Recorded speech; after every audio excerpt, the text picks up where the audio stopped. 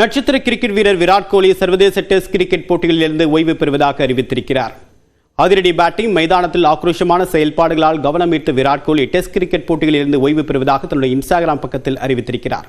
அதில் test cricket போட்டியில் தனக்கு நிறைய பாடங்களை கற்றுக் கொடுத்துள்ளன என்றும், டெஸ்ட் கிரிக்கெட் போட்டிகளில் இருந்து விலகக்கூடிய முடிவு அத்தனை எளிதானதாக இல்லை என்றும் குறிப்பிட்டுள்ளார்.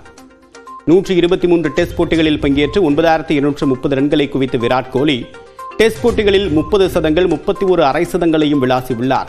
கடந்த வாரத்தில் ரோஹித் சர்மா டெஸ்ட் போட்டியிலிருந்து ஓய்வை அறிவித்து அதிர்ச்சி அடங்குவதற்குள் விராட் கோலியும் தன்னுடைய ஓய்வை அறிவித்திருக்கிறார். விராட் கோலி ஏற்கனவே T20 கிரிக்கெட் போட்டிகளிலிருந்து ஓய்வு பெற்றுவிட்டார். ஒருநாள் போட்டிகளில் மட்டும் அவர் தொடர்ந்து விளையாட இருக்கிறார். சச்சினின் 100 சதங்கள் சாதனையை முறியடிப்பார் என்று எதிர்பார்க்கப்பட்ட நிலையில் டெஸ்டில் இருந்து விராட் கோலி திடீரென்று ஓய்வை அறிவித்திருப்பது அவருடைய ரசிகர்களை அதிர்ச்சியில் ஆழ்த்தியுள்ளது. அரியலூர் அருகே கொள்ளிடம் ஆற்றில் ராணுவ ஹெலிகாப்டர் தரையிறக்கப்பட்டதால் பரபரப்பு ஏற்பட்டது.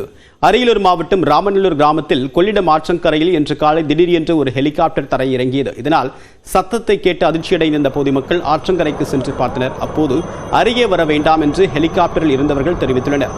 பொதுமக்கள் கூட்டம் கூட ஆரம்பித்ததால் தரையிறங்கிய ஹெலிகாப்டர் மீண்டும் பறந்து சென்றது. இது குறித்து மாவட்ட காவல்துறையினரிடம் கேட்டபோது தஞ்சாவூர் ராணுவ மையத்திலிருந்து ஹெலிகாப்டர் வந்ததாகவும் பயிற்சி மேற்கொள்வதற்கு கொள்ளிடம் ஆற்றில் தரையிறக்கப்பட்டதாகவும் தெரிவித்தனர்.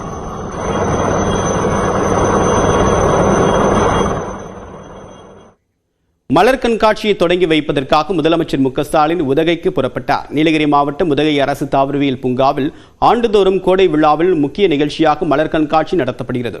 அந்த வகையில் நடப்பாண்டு வரக்கூடிய 15ஆம் தேதி தொடங்கி 25ஆம் தேதி வரை கண்காட்சி நடத்தப்பட உள்ளது. மலர் கண்காட்சியை முதலமைச்சர் மு க ஸ்டாலின் வரக்கூடிய 15ஆம் தேதி தொடங்கி வைக்க உள்ளார். இதற்காக 5 நாட்கள் பயணமாக இன்று காலை 10 மணிக்கு சென்னையிலிருந்து விமானம் மூலமாக கோவை புறப்பட்டுச் சென்றார். சென்னை விமான நிலையத்தில் முதலமைச்சரை அமைச்சர் தாமோ அன்பரசன், திமுக நிர்வாகிகள் உள்ளிட்டோர் வழி அனுப்பி வைத்தனர். சென்னையிலிருந்து விமானம் மூலமாக முதலமைச்சர் கோவை சென்றடைந்தார். விமான நிலையத்தில் அவருக்கு திமுகவினர் உற்சாக வரவேற்பு அளித்தனர். அதற்கு பிறகு அங்கிருந்து சாலை மார்க்கமாக உதகை புறப்பட்டு சென்றார்.